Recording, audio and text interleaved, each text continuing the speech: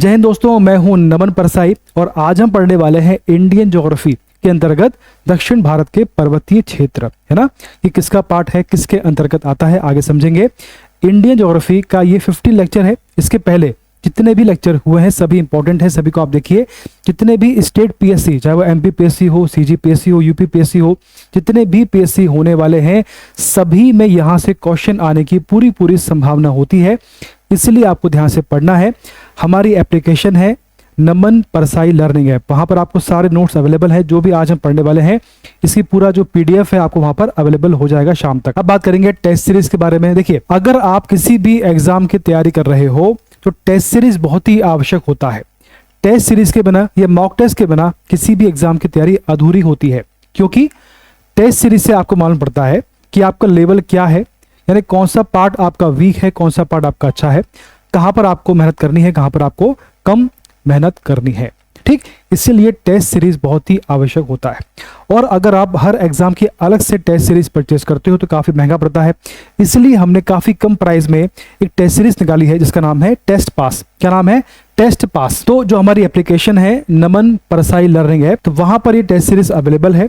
यहां पर मात्र 199 में सभी एग्जाम की टेस्ट सीरीज अवेलेबल है। अब देखें, इसमें आपको मिलने वाला है extensive collection of test series, यानी इसमें लगभग आपको 5000 प्लस इसमें मॉक टेस्ट मिलने वाले हैं। साथ में 8 लाख यानी कि 8 लाख प्लस क्वेश्चन आपको इसमें मिलने वाले हैं। बहुत बड़ी बात है।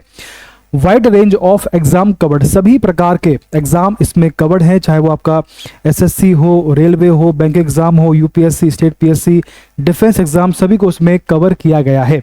और देखें, एफएलटी यानी फुल लेंथ मॉक टेस्ट और प्रीवियस ईयर पेपर को इसमें कवर किया गया है, ताकि आपको आइडिया हो कि पेपर किस प्रकार से पूछे गए हैं और किस प्रकार से क्वेश्चन आने वाले हैं एफएलटी के माध्यम से।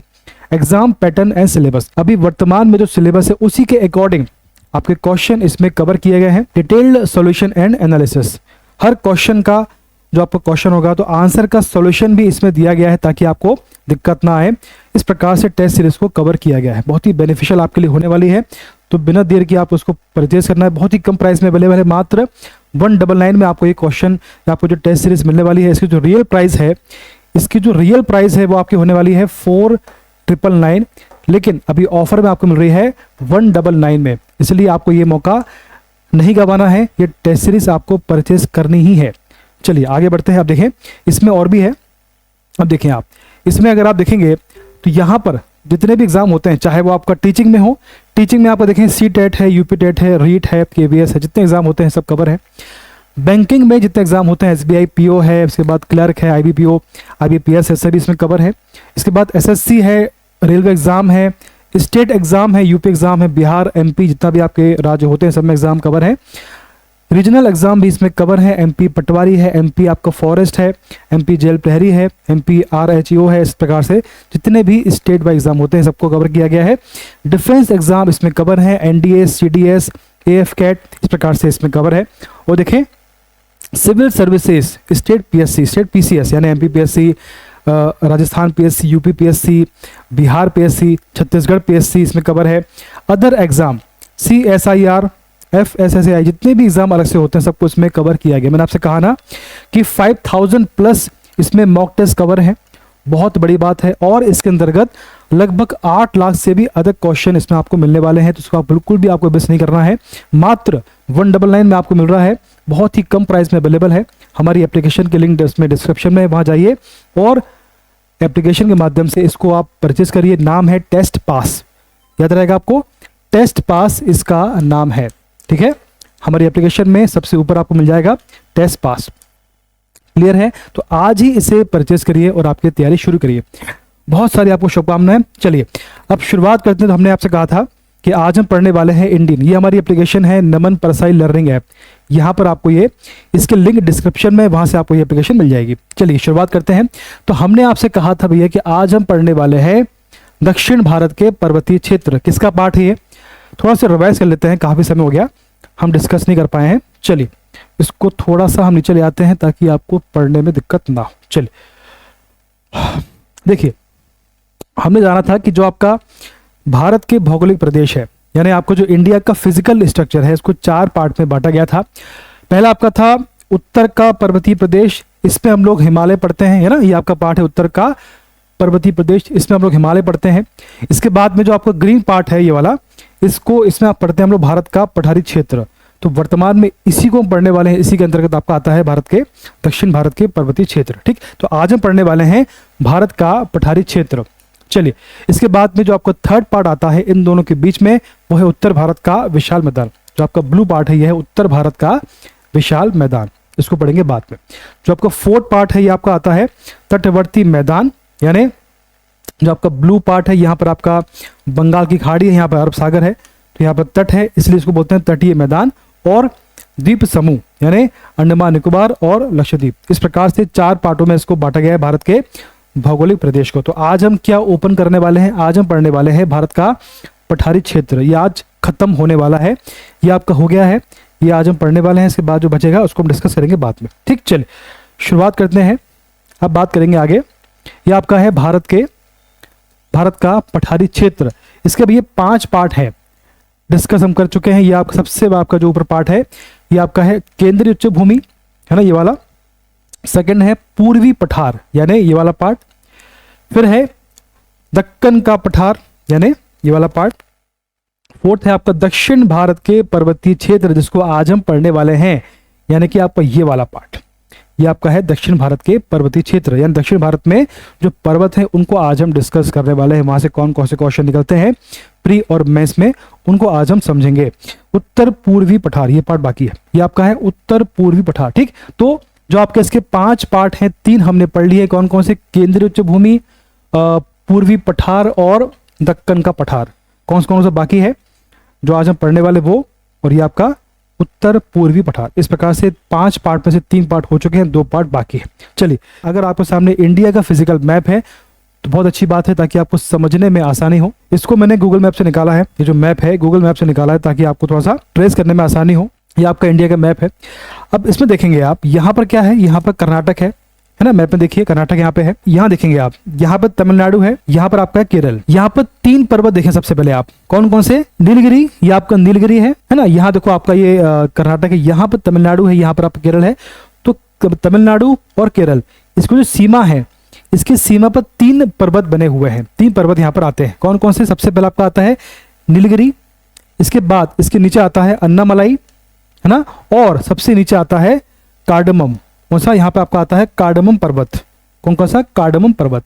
क्लियर है, देखो यहाँ पर आपका क्या है, यहाँ पर कर्नाटक है ना, और यहाँ पर क्या है, यहाँ पर आपका तमिलनाडु है, समझ पा रहे हैं आप। यहाँ पर आपका केरल, यहाँ पर है केरल। ठीक है, तो यहाँ पर केरल और तमिलनाडु की बाउंड्री पर 3 पर्वत बने हुए हैं। कौन कौन से, 3 पर्वत। सबसे पहले आपका आता है नीलगिरी पर्वत, क्लियर है। इसके बाद आपका आता है अन्नामलाई, फिर आपका आता है कार्डमम। इस प्रकार से 3 पर्वत बने हुए हैं केरल और तमिलनाडु की सीमा पर। इसको आपको ध्यान रखना, क्वेश्चन ऐसे पूछा जाता है। क्लियर है इतना, चलो आगे समझते हैं। चौथा आपको जो पर्वत है जिसका नाम है पालनी पर्वत, यहां पर आता है। कहां पर, साइड में यहाँ पर देखिए, यहाँ पर आपका आता है पालनी पर्वत, जो कि तमिलनाडु में आता है। तो 4 पर्वत हमने पढ़ लिए हैं, 3 केरल और तमिलनाडु की बाउंड्री पर है, चौथा आपका जो है पालनी पर्वत, ये आपका आता है तमिलनाडु में। ठीक, चलो आगे समझते हैं और थोड़ा समझने का प्रयास करते हैं। टॉपिक काफी आसान है, बस आपको मैप से पढ़ना है, तभी आपको इस समझ में आने वाला है। अब कुछ क्वेश्चन है, तो कुछ क्वेश्चन के माध्यम से समझने का प्रयास करते हैं। सबसे पहला क्वेश्चन है, दोदा बेटा चोटी कहां पर स्थित है। अब देखो, ये आपके सामने मैप है ना, देख पा रहे हैं आप। तो भी मैप में साफ साफ देखें, यहां पर देखें आप, यहां पर केरल है, यहां आपका तमिलनाडु है, यहां पर क्या है, यहां पर आता है नीलगिरी पर्वत। तो जो आपका नीलगिरी पर्वत है, इसी पर यहां पर साइड में आपका आता है दोदा बेटा। ठीक, तो क्वेश्चन क्या, दोदा बेटा चोटी कहां पर स्थित है। ये बेसिकली तमिलनाडु में नीलगिरी पर्वत पर स्थित है। ये बेसिकली नीलगिरी पर्वत की सबसे ऊंची चोटी है दोदा बेटा। दक्षिण भारत की सबसे ऊंची चोटी कौन सी है, दक्षिण भारत की सबसे ऊंची चोटी कौन सी है, अनाई मुड़ी। ये कहाँ आती है, ये आपकी आती है अन्नामलाई पर्वत जो है। तो अन्नामलाई पर्वत की सबसे ऊंची चोटी, यानी यहां पर आपका साइड में आपका आता है, यहां पर ये आपका आता है अनाई मुड़ी। क्लियर है, किस राज्य में है, ये बेसिकली केरल राज्य में आता है। आगे समझते हैं और कुछ क्वेश्चन आपके सामने आएंगे। अब कुछ क्वेश्चन और भी हैं, जैसे नीलगिरी पर्वत कि सबसे ऊंची चोटी का नाम क्या है, तो आंसर होगा दोदा बेटा। क्या होगा? दोदा बेटा इस पर्वत की सबसे ऊंची चोटी है, डिस्कस हम कर चुके हैं। दक्षिण भारत की दूसरी सबसे ऊंची चोटी कौन सी है? यही होगी, सेम होगी, दोदा बेटा दक्षिण भारत की सबसे सेकंड नंबर की सबसे ऊंची चोटी है। फर्स्ट कौन सी है? फर्स्ट है अनाईमुडी। क्लियर है? चलिए, किस राज्य में है ये जो आपका दोदा बेटा, किस राज्य में है? ये आपका आता है तमिलनाडु में, इसको हम डिस्कस कर चुके हैं। कौन सा शहर यहाँ बसा हुआ है? इसका आंसर है ऊटी या ऊटक मंडलम। क्या नाम है? ऊटी या ऊटक मंडलम यहाँ पर शहर बसा हुआ है। मैप में हमने काफी पढ़ लिया है, अब देखते हैं। चलो, शांत घाटी क्या है? शांत घाटी इसको बोलते हैं, साइलेंट वैली। क्या होता है ये? देखो, और कहाँ पर है सबसे पहले आप समझें। अब यहाँ देखें आप, ये आपका है तमिलनाडु और ये है केरल, है ना, ये आपका केरल है। और यहाँ पर आपका आता है, ये आपका बेसिकली है, ये है नीलगिरी पर्वत, ये है नीलगिरी पर्वत। यहाँ पर आपका आता है अन्नामलाई या अनाईमलाई पर्वत। ठीक, नीलगिरी और अन्नामलाई के मध्य में एक वैली है यहाँ पर केरल में, इसका नाम है साइलेंट वैली। क्या नाम है? साइलेंट वैली इसका नाम है। तो क्वेश्चन आपसे बनता है कि जो आपकी शांत घाटी है किस राज्य में है, तो आंसर होगा, इसका आंसर क्या होगा? इसका आंसर होगा केरल, है ना, केरल राज्य में आती है ये। क्लियर है? किन दो पर्वतों के मध्य में है? तो ये भैया आपका नीलगिरी और अन्नामलाई, है ना, अन्नामलाई पर्वत के मध्य में आपकी आती है शांत घाटी या साइलेंट वैली। इतना क्लियर है? चले, अब क्यों उसको बोलते हैं, फेमस क्यों है ये समझिए आप, ये क्यों फेमस है। देखिए, यहाँ जो है एकदम घने जंगल है, यहाँ पर बारिश बहुत होती है, इस क्षेत्र में बारिश बहुत होती है, ये बहुत ही यहाँ पर काफी, यहाँ पर वर्षा अधिक होती है। इस कारण से यहाँ जो वनस्पति है काफी घनी है ना, घनी वनस्पति है। और इसी कारण से जो आपके जीव जंतु हैं काफी अधिक मात्रा में यहाँ पर पाए जाते हैं। वर्षा अधिक होती है, इसी कारण से यहाँ पे जो है बहुत अधिक वनस्पति, काफी घनी वनस्पति यहाँ पर होती है। इसी कारण से यहाँ पर बहुत अधिक मात्रा में जीव जंतु पाए जाते हैं। और यहाँ क्वेश्चन बनता है कि यहाँ पर किस प्रकार के वन होते हैं, तो भैया यहाँ पर सदाबहार, यहाँ पर सदाबहार वन पाए जाते हैं, सदाबहार वन यहाँ पर होते हैं। क्वेश्चन बनता है कि यहाँ पर किस प्रकार के वन होते हैं, तो उसका आंसर आपके सामने है। इस प्रकार से आज हमने दक्षिण भारत के जो पर्वतीय क्षेत्र हैं वहां से कौन कौन से क्वेश्चन बनते हैं उनको हमने समझने का प्रयास किया है, कौन कौन से पर्वत है, कहां पर है, जो बेसिक क्वेश्चन है उनको हमने पढ़ा है। इसके अलावा क्वेश्चन आपका नहीं बनेगा। जो डिस्कस हमने किया अभी, तो क्वेश्चन ये बन जाता है अगली बार आपसे कि इसमें क्वेश्चन आ चुका है कि जो आपकी चोटी है, जो आपके पर्वत है ना, क्वेश्चन क्या बना है कि ये जो आपका पर्वत है ना आपका, ये आपका नीलगिरी है या अन्नामलाई है, आपका कार्डमम है, ये पालनी है। तो क्वेश्चन बना है कि इन तीनों में, यानी नीलगिरी, अन्नामलाई और कार्डमम, इन तीनों में सबसे नीचे कौन सा पर्वत आता है, सबसे साउथ में, तो इसका आंसर क्या होगा? इसका आंसर बनेगा कार्डमम पर्वत। ठीक, तो बेसिक क्वेश्चन बनते हैं। अगर आपको मैप क्लियर है कि कौन सी लोकेशन कहां पर है, तो आपका आंसर गलत नहीं होगा, है ना। सबसे ऊपर कौन सा है? सबसे ऊपर आपका नीलगिरी है, इसके नीचे अन्नामलाई है, इसके नीचे आपका कार्डमम है और साइड में आपका है पालनी पर्वत। तो कौन सा पर्वत किस राज्य में है ये भी आपको पता होना चाहिए। क्लियर है? चलिए, तो इतना हमने आज पढ़ लिया है, डिस्कस कर लिया है। टॉपिक काफी इंपॉर्टेंट था, आपको ध्यान से इसको याद करना है। तो भैया आप देखें, मैंने आपसे कहा था कि हमारा टेस्ट सीरीज है टेस्ट पास, इसको आपको परचेज करना ही करना है, बहुत ही बेनिफिशियल है। 199 में आपको सभी एग्जाम की टेस्ट सीरीज मिल रही है, इससे अच्छा क्या होगा। ठीक, तो बिना किसी देरी किए लिंक डिस्क्रिप्शन में जाइए और तुरंत इसे परचेज करिए और आपकी तैयारी शुरू करिए। धन्यवाद, बेस्ट ऑफ लक।